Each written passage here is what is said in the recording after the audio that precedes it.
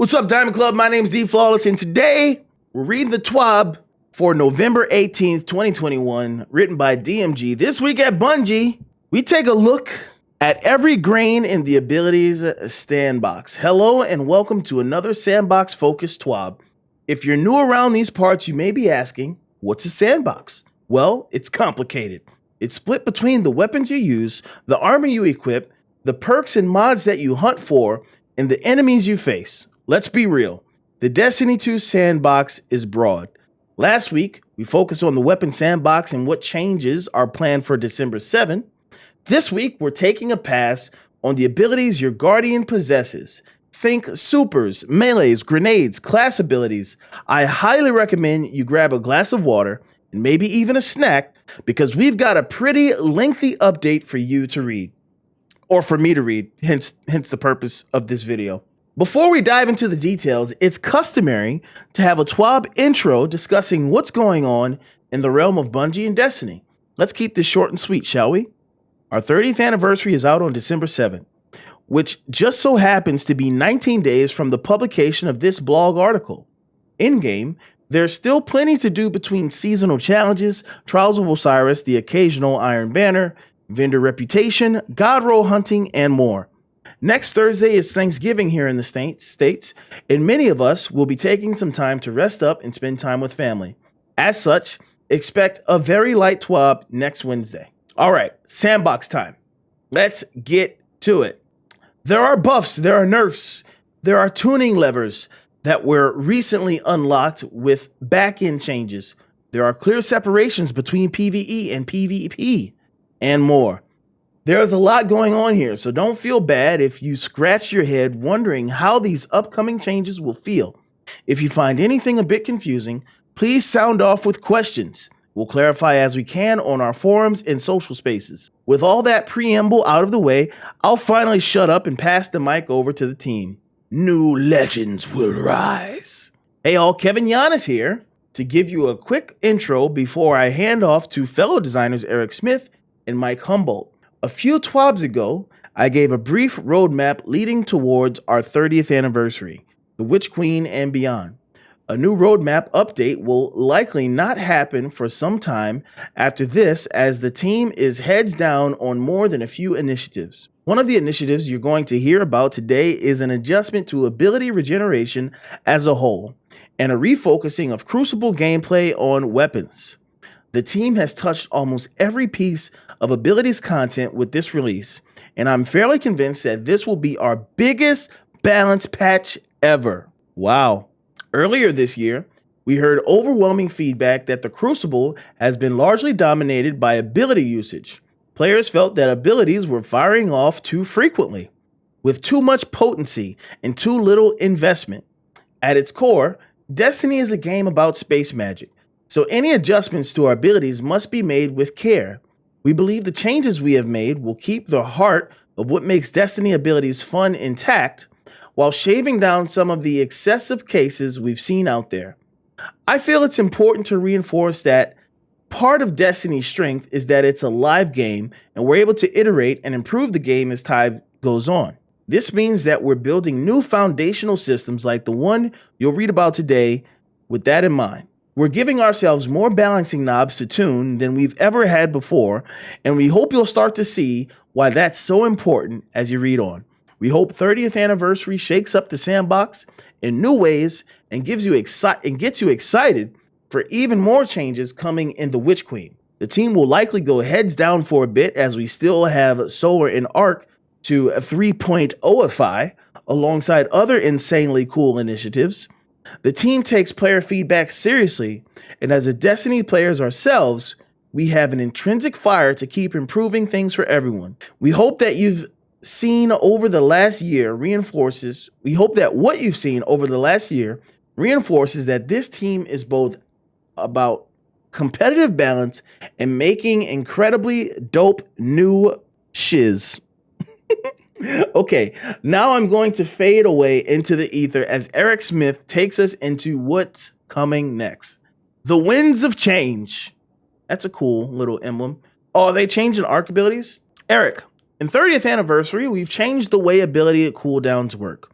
Up until now, cooldowns across individual ability types, grenades, melee class, super, have generally been identical between all abilities of the same type. For example, all the grenades in today's Destiny 2 share the same cooldown time, with the exception of Stasis Grenades. This shared cooldown means that all grenades need to have roughly the same power output because they have the same time cost. For the 30th anniversary, we've made a change that allows us to tune the cooldown of each ability separately. This gives us a new knob to turn when balancing abilities that are too powerful or not powerful enough. Now that we have this new system in place, we've done a cooldown tuning pass of all the subclass abilities in the game, tuning each ability's cooldown time against its power output. We've also tuned ability power outputs and assigned cooldown times accordingly. The best example of this might be the Flux Grenade. Take a look. Increase base cooldown from 82 seconds to 182 seconds. Increase attached detonation from 150 to 250. Oh, Flux Grenades are a one-shot now in PvP. Increase damage versus PvE combatants by 15% on top of base damage increase. Remove projectile tracking. Added a small amount of aim assist. Increase throw speed by 117%. Now sticks to all surfaces. Flux Grenades got a buff, but they balanced it with the cooldown time. That is cool. I like the way they're thinking on this. As you can see, the Flux Grenade now has a very long cooldown, but is a one-shot kill in PvP if you manage to land it. It also hits harder in PvE. As a reminder, the Flux Grenade is currently only available to Hunter Arcstriders. Now, here's an example in the opposite direction, the Firebolt Grenade. You notice how they said currently only available to Hunter Arcstriders. Other classes are getting Flux Grenades, and they kind of alluded to as much in the past. Firebolt Grenade. Reduce base cooldown from 82 seconds to 64 seconds. Reduce damage per bolt from 90 to 65. Increase damage versus PvE combatants by 15%. The Firebolt Grenade has a low cooldown time, especially at tier 10 discipline, and it also has low damage output. These kinds of varied cooldowns and power outputs should make the game feel more dynamic and give more depth to build crafting. To make build crafting around cooldowns easier, you'll now be able to see the base cooldown time of your abilities when selecting them on the subclass screen. Okay, there you go. Base cooldown. You have your buttons, it describes the ability, and it shows you your base cooldown. So apparently Chain Lightning, the top tree Stormcaller ability, has a base cooldown of 1:30, 90 seconds. On the character screen, you'll see the actual cooldown times of your abilities as they're attached to your equipped ability and armor stats. So we have another example here. We have Strength Tier 3, 39 out of 100 is 90 seconds again. Tier 4 melee tells you it's going to drop it to 115. Okay, so a lot of information. A couple things to note about cooldown times in the UI. The base cooldown time is actually the cooldown time at tier 3 of the relevant armor stat, strength, discipline, etc. This is because the system technically penalizes you for tanking your stats below tier 3, in which case your cooldown would be longer than the base. We're looking into updating this to be more intuitive in a future release. Cooldown times for class abilities are not currently displayed due to a technical issue. We plan to fix this in a future release. Nice transparency there. We've been calling this the variable ability cooldown system, and we think it's the beginning of a big change for the Destiny 2 sandbox. It's a foundational change in preparation to move the light subclasses over to the subclass 3.0 system that Stasis currently uses. For the 30th anniversary, we're using it to change the cooldown of nearly every ability in the game. One of our design goals this year was to reduce the amount of ability spam in the Crucible and put the focus back on gunplay. To this end, we've made ability cooldown times longer on average than they were before. We don't want the PvE experience to suffer for the sake of PvP balance though. So we've tried to compensate where possible. For example, we've increased all grenade damage versus PvE combatants by 15% or more. This should make grenades feel like bigger power moments than they do in today's game. Melee ability cooldowns haven't been increased quite as much as grenade cooldowns, and some of the less aggressive melee attacks have lower cooldowns than before. Class ability cooldowns have also generally increased, but the changes vary depending on which ability is equipped. We have an example of the Titan throwing up a rally barricade. We're excited to see how these changes feel once they've hit the live game, and we'll be monitoring and adjusting accordingly in future releases. I'll now pass the mic to Mike Humboldt to talk about big changes to super cooldowns. Very interesting so far. Into the fray. Mike, since Destiny's launch in 2014, super energy gain has been almost entirely passive. Your intellect stack dictates how quickly your super regenerates. With a few other elements like orbs of power, armor, and weapon perks, and defeating targets as active sources, this system worked well for a long time, but has issues that have grown more obvious as the game has evolved in overall player skill, especially skill in evaluating how to play around their character build has increased. Example, in high-stakes game modes like Trials of Osiris or Survival, where each life is precious, passive play becomes more common as players sit back and wait for their supers to close out a tied game. In general, we want the most efficient way to gain super energy to be actively engaging in combat. That doesn't mean you need to win every fight, but we want you to try. To get us closer to that goal, we're making a big change to the system. Super regeneration will still have a passive component scaled by your intellect stat, but at a significantly reduced rate. On top of your passive regeneration, you will also gain super energy by dealing and taking damage to or from opponents. Wow. I'm going to read that again. To get us close to that goal, we're making a big change to the system. Super regeneration will still have a passive component scaled by your intellect stat, but at a significantly reduced rate. On top of your passive regeneration, you will also gain super energy by dealing and taking damage to or from opponents. Wow. It got the same reaction both times. That is huge. So they want you actually engaging in the fight. It's a good philosophy. Let's see how it plays out. You know, Destiny players, they always find a way to cheese. I like the philosophy on its surface. Here are a few key goals for this new system. In PvE, super uptime should be relatively unchanged from the live game, if not slightly higher. We're pretty happy with the frequency of supers in most PvE content and don't want to make big changes right now on that front. Everybody should get at least one super in a 6v6 match that goes to the score or time limit as long as they engage in regular combat. Expression of power through using your awesome space magic is a core part of what makes Destiny special, and we're not looking to change that. We think the cadence of supers in 6v6 modes is slightly too high, but we don't expect a dramatic change in super uptime for most players in playlists like Control or Iron Banner as a result of these changes.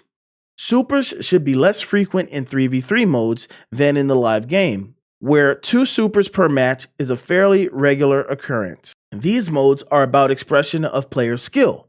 We want that skill to be primarily about team coordination, positioning, intelligent use of your abilities, and, first and foremost, gunplay. While there is absolutely skill in outmaneuvering active supers or playing around super uptime, supers in general are purposefully designed to be accessible power fantasies for all players, and that inherently creates asymmetry that we need to account for in more competitive play. Primary weapon play should have a noticeable benefit in super energy regeneration. With this new system, we're scaling energy gains up and down granularly based on the source of the damage, both outgoing and incoming. Outgoing primary damage has a significantly higher return of super energy per damage point than any other type of damage. Oh, they're bringing out the primaries.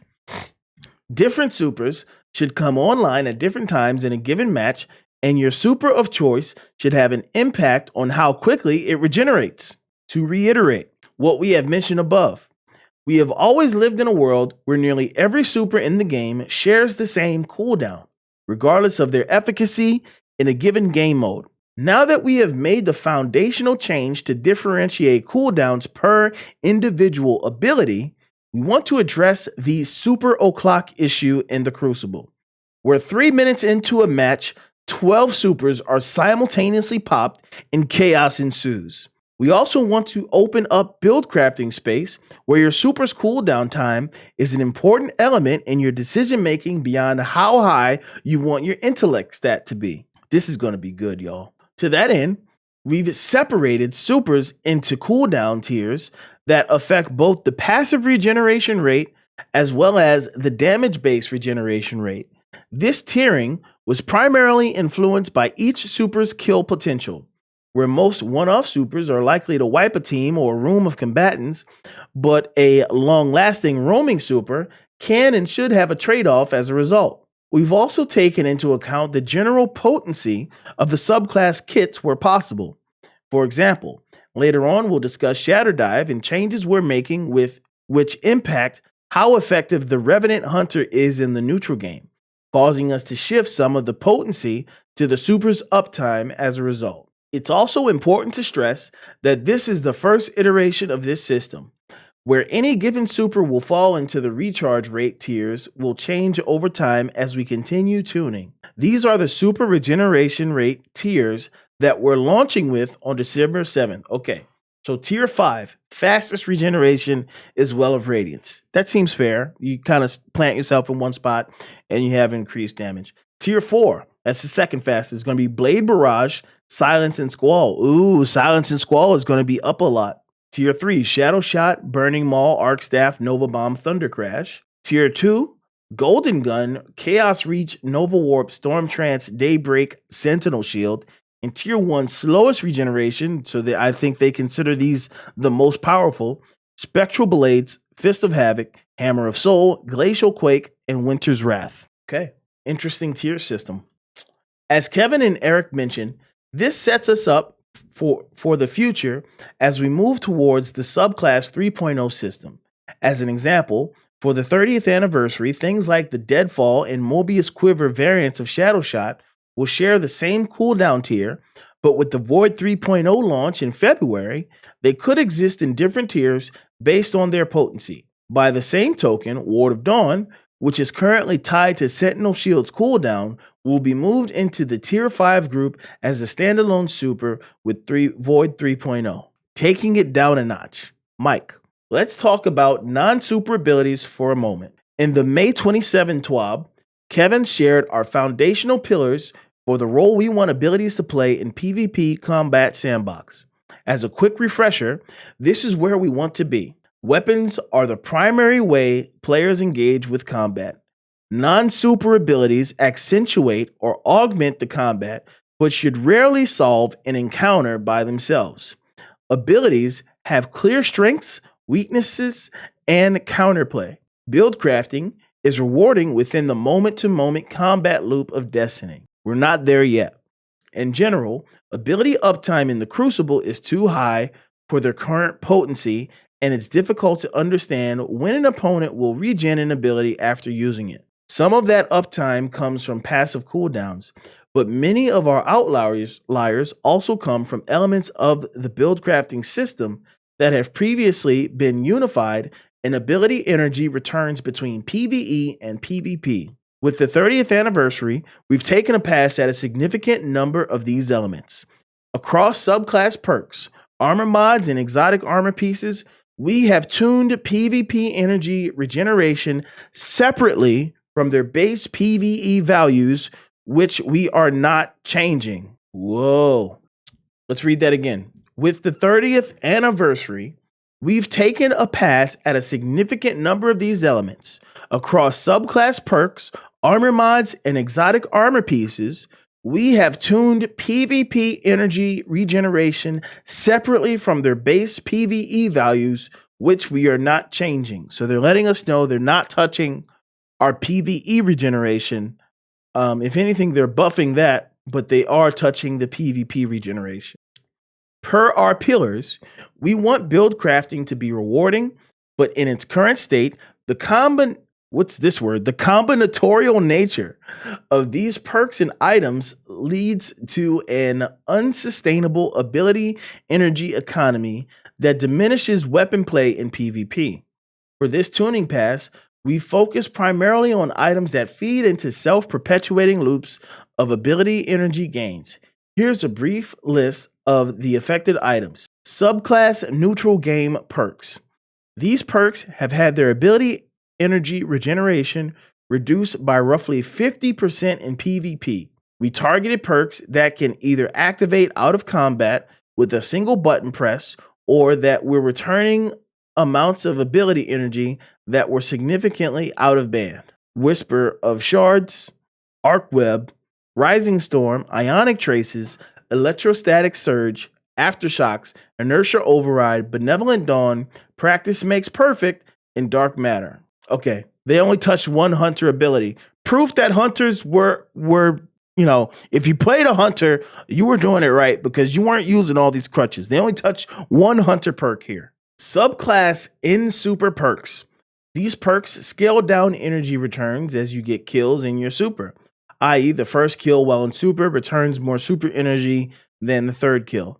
These perks often result in supers being able to roam the map for much longer than is healthy for the game and mean that a victim can frequently die to an active super, respawn on another side of the map, and be killed by that same super again. We've rescaled this energy refund decay more aggressively in PvP so that the minimum energy refund is reached roughly twice as quickly. No change has been made to the refund decay against PvE combat. Everlasting Fire, Trample. Exotic Armor. Each armor below had a custom tuning pass focused on their ability energy return in PvP. Frosty's no longer stacks multiplicatively in PvP with other regeneration buffs, is now an additive scaler. No change in PvE. Heart of Inmost Light. Ability energy regeneration scalars reduced by 50% in PvP. Reworked so activating multiple abilities will now reliably result in multiple empowered stacks. The stacking behavior was previously a bug, but this seemed like a good opportunity to promote it to a feature. No more dying and then getting spawn killed. Yeah, that was the worst, right? Controverse Hold. Duration of the grenade regeneration buff is no longer random between 1 and 4 seconds and is now a fixed duration of 1.75 seconds. Reduce grenade energy regeneration scalar by 50% in PvP. The previous average duration due to waiting was 1.71 seconds, and with a 1 second duration being most common. So this should improve the exotic's consistency across the game with a lower return in PvP. Doomfang Pauldrons. Reduce super energy gain on activation when an opposing player is killed by a void melee by 50%. No change in PvE. Shinobu's Vow. Reduce grenade energy gain on hits versus players by 66%. I didn't even know that was a thing. No change in PvE. Crown of Tempest. Grenade, melee, and super energy regeneration scalar buff duration reduced from 7 seconds to 4 seconds in PvP. The Stag. Reduce class energy refund on shield break by 50% in PvP. Armor mods. In general, we've reduced energy returns from these mods by roughly 50% in PvP, depending on the number of copies of the mod you have slotted. Melee Kickstart, Grenade Kickstart, Utility Kickstart, Perpetuation, Bolstering Detonation, Focusing Strike, Bomber, Outreach, Dynamo, Distribution, Momentum Transfer, Impact, Induction. This is a big foundational shift for us, and we expect to do a lot of tuning as time goes on. So as always, we'll be on the lookout for how things are feeling across the game, and we'll adjust accordingly. Now, I'll throw it back over to Eric for some spicy details on more ability tuning changes you can expect with the 30th anniversary. 30th anniversary is shaping up to be a mega huge monumental change. Dang, this is long. Eric, in case you haven't caught on yet, the list of ability changes we're making in the 30th anniversary is massive. We've touched nearly every ability in the game in some small way. We won't go over the full patch notes because it's mind-numbingly long, but let's take a look at some of the more provocative balance changes. Stasis Crystals. Stasis Crystals do a lot.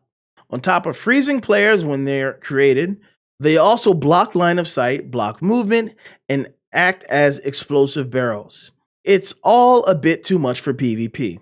With this release, Stasis Crystals will now slow players instead of freezing them, and they'll do much less damage to players when they detonate. As far as PvE is concerned, Stasis Crystals will still freeze combatants, and we've increased Stasis Crystal detonation damage versus PvE combatants. Looking at the numbers, it was almost always better to shoot directly at a combatant instead of a crystal near a combatant. This change should help crystals better live out their explosive barrel dreams. Buy Shatterdive, right? That's almost a direct, that basically is a direct nerf on Shatterdive. Stasis Crystals. While forming, Stasis Crystals now slow nearby players instead of freezing them. They still freeze PvE combatants while forming. Increased slow freeze radius while forming from 1.75 to 2.6. Reduce crystal detonation damage versus players by 55%. Increase crystal detonation damage versus PvE combatants by 60%. Wow, big swing there. Increase crystal detonation radius from 6 to 8 meters. Very interesting. Hunter, oh no, they're touching the dodge. What are you doing to my Hunter dodge, Bungie? In order to meet our goal of less ability spam in the Crucible, we're reducing how often Hunters can dodge. Gambler's dodge is getting hit the hardest here because it can completely circumvent melee ability cooldown times. It also completely changes the Hunter's silhouette in PvP while making Scarecrow, thanks for liking the stream. Where was I? Gambler's dodge is getting hit the hardest here because it can completely circumvent melee ability cooldown times. It also completely changes the Hunter's silhouette in PvP, making it very powerful. In addition, Hunter dodges will no longer break projectile tracking, meaning it's less of a get out of jail free card when a tracking rocket or another slow moving projectile is firing towards you. I don't like this, Bungie! Why? You could have just left us alone. This is very mean and uncalled for. And here's why, all right? I'll go on a quick rant. Here's why. Because Titans still get a barricade. And that completely blocks a projectile, right? Titans still get a barricade, and that completely blocks a projectile. So forget about tracking. So if a Titan can just tank a projectile, why can't I dodge one? Because I'm not guaranteed to dodge it. It can still hit me.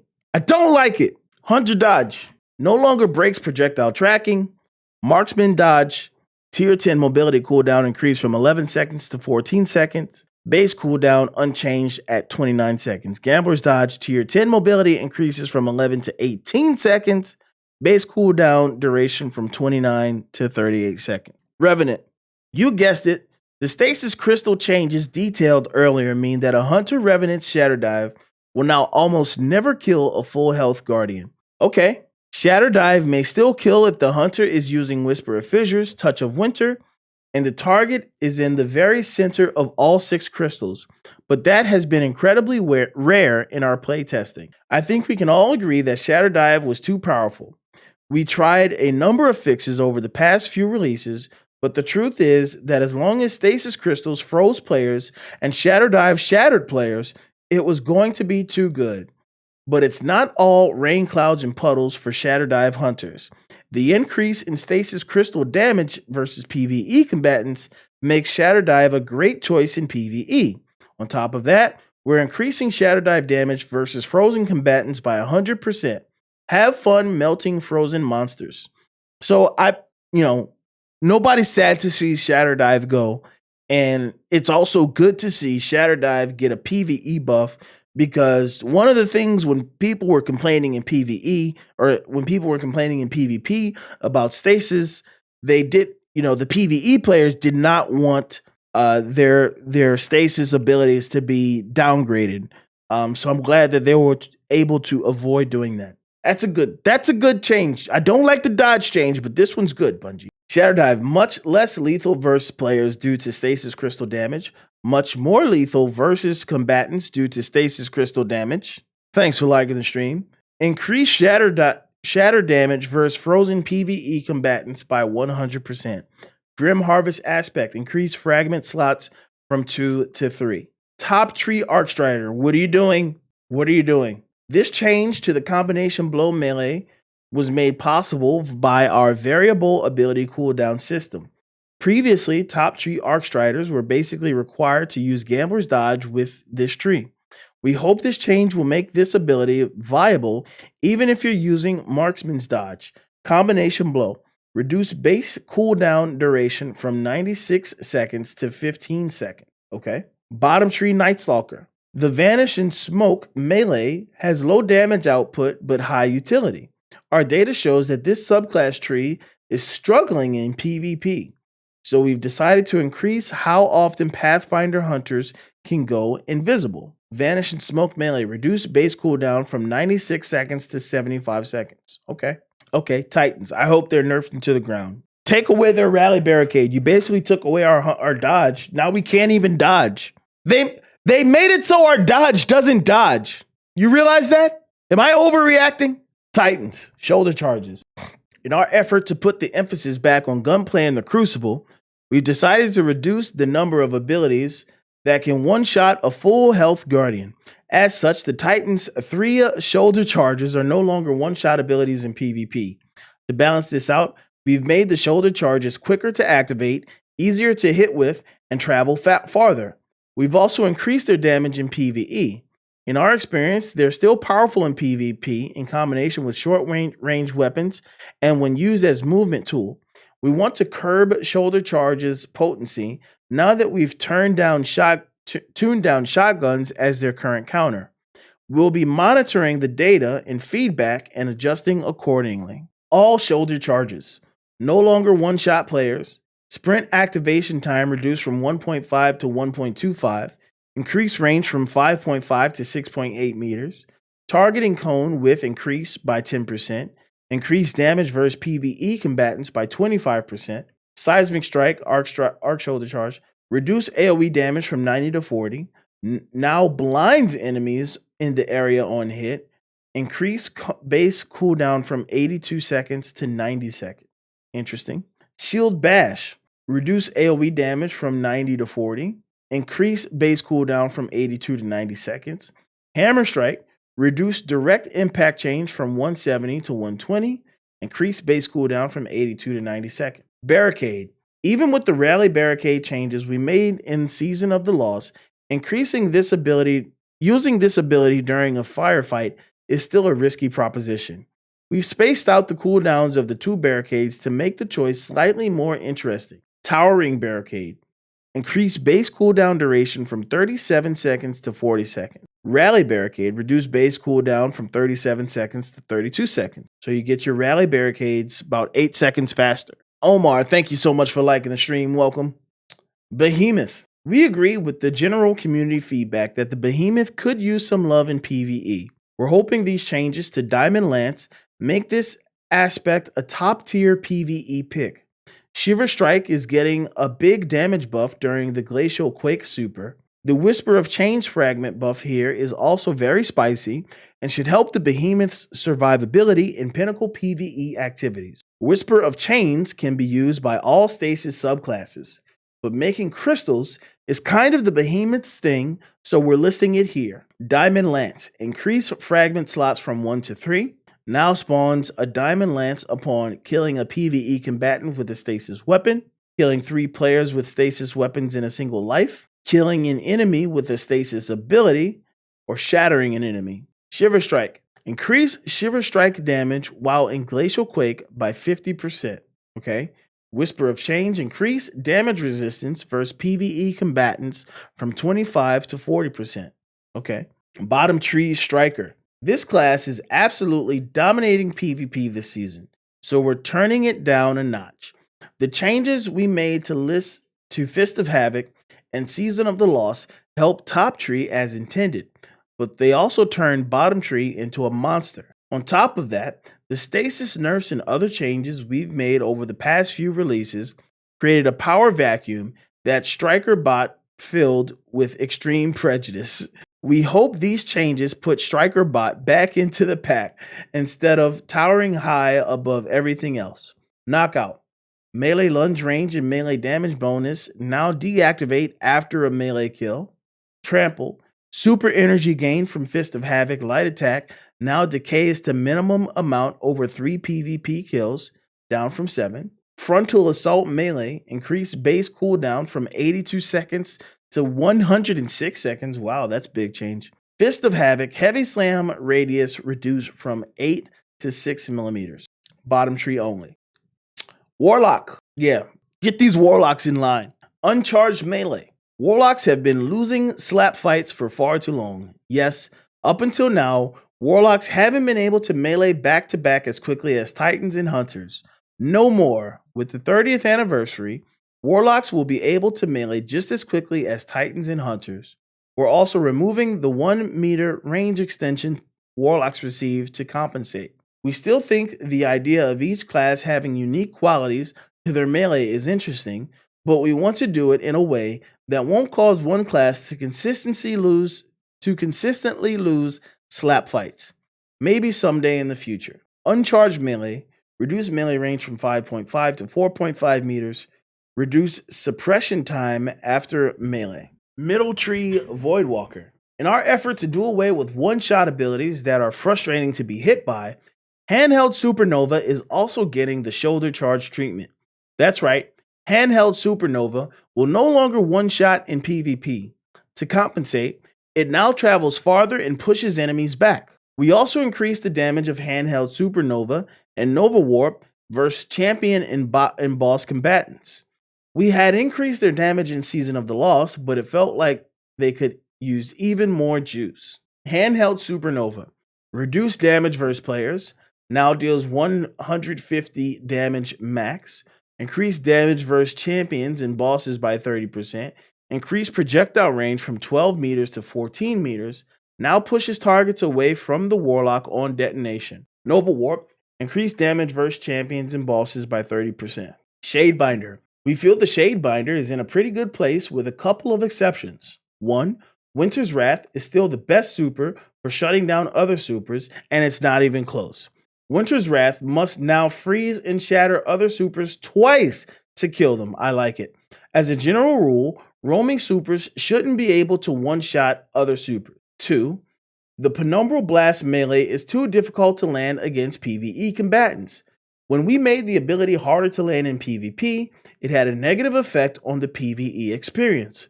We've increased the proximity detonation radius against PvE combatants to make it easier to land. All 3 Stasis Grenades now have different cooldown times, so we made a change to Bleak Watcher to avoid a situation where it was always best to use the grenade with the shortest cooldown time.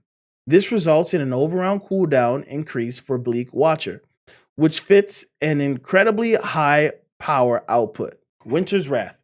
Reduce shatter pulse damage versus enemy supers. Must now generally freeze and shatter all supers twice to eliminate. Penumbral Blast.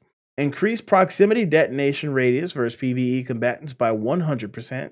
That's a big change. While Bleak Watcher is equipped, all Stasis Grenades charge at Glacier Grenade rate.